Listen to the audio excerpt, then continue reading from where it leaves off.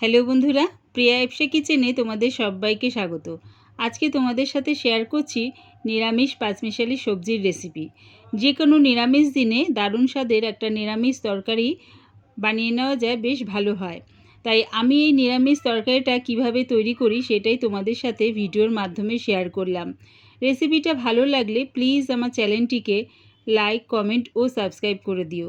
তবে দেখে নাও আমি এটা কেমনভাবে তৈরি করি।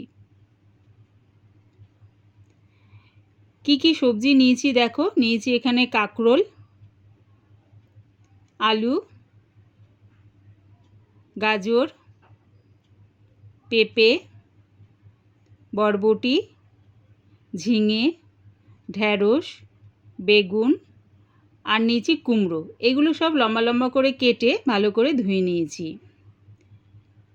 গ্যাসটাকে হাই ফ্লেমে রেখে একটা কড়া বসিয়ে দিলাম 1 চামচের মতন সর্ষের তেল। তেলটাকে প্রথমে ভালো করে গরম করে নিয়েছি। এবারে এর মধ্যে দিয়ে দিচ্ছি মটর ডালের বড়ি। তোমরা তোমাদের ইচ্ছা মতন এখানে বড়ি ব্যবহার করতে পারো। যেহেতু এটা নিরামিষ রেসিপি তাই আমি মটর ডালের বড়িটাই ব্যবহার করলাম। বড়িগুলো দেখো হালকা লাল করে ভেজে নিয়েছি। এবারে নামিয়ে নিলাম। ওই কড়ার মধ্যে আমি আরও 3 চামচের মতন সর্ষের তেল দিয়ে দিচ্ছি।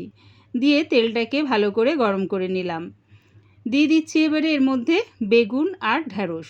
ঢ্যাঁড়স আর বেগুনটা খুব তাড়াতাড়ি নরম হয়ে যায়, তাই জন্য এটা সব সবজির সাথে দিয়ে আমি করব না। আলাদা করে ঢ্যাঁড়স আর বেগুনটা হালকা লাল করে ভেজে নিচ্ছি। ভেজে নামিয়ে নেব।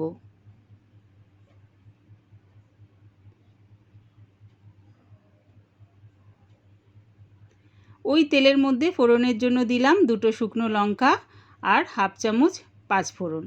যে কোনো পাঁচমিশালি সবজির মধ্যে ফোড়নে যদি পাঁচফোড়ন দেওয়া যায় তাহলে তরকারির স্বাদটা বেশ ভালো হয়। যখন দেখবে ফোড়নের থেকে হালকা একটা গন্ধ বেরোচ্ছে তখন সব সবজিগুলো আমি তেলের মধ্যে দিয়ে দিচ্ছি।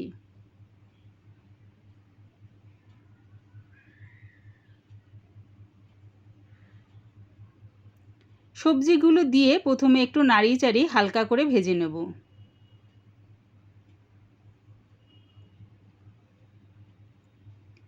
এবারে এর মধ্যে দিয়ে দিলাম স্বাদ অনুযায়ী নুন।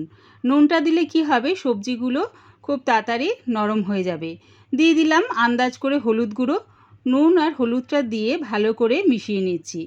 যতক্ষণ এটা একটু ভাজা ভাজা হচ্ছে ততক্ষণ একটা মশলা বেটে নিচ্ছি। দিলাম 1 চামচ গোটা ধনে, 1 চামচ গোটা জিরে আর 4টে কাঁচা লঙ্কা। অল্প একটু জল দিয়ে মশলাটা ভালো করে বেটে নিচ্ছি।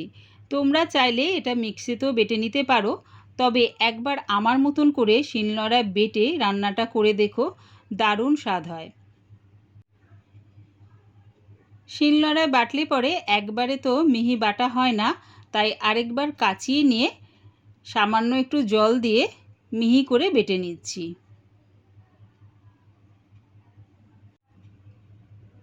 দেখো মশলাটা একদম মিহি করে বাটা হয়ে গেছে। এদিকে সবজিগুলো হালকা করে ভাজা হয়ে গেছে। যে মশলাটা আমি বেটে রেখেছিলাম সেটা দিয়ে দিলাম। সেটা দিয়ে সব সবজির সাথে ভালো করে মিশিয়ে নিচ্ছি। এবারে দিচ্ছি মশলা ধোয়া জলটা। এই মশলা ধোয়া জলটা ছাড়া আমি আলাদা করে আর এর মধ্যে জল ব্যবহার করব না। জলটা দিয়ে সব কিছুর সাথে ভালো করে মিশিয়ে নিয়ে চাপা দিয়ে এটা হতে দিলাম। এই সময় আমি গ্যাসটাকে একদম লোতে রেখেছি। কিছুক্ষণ পর চাপাটা খুলে দেখে নিচ্ছি।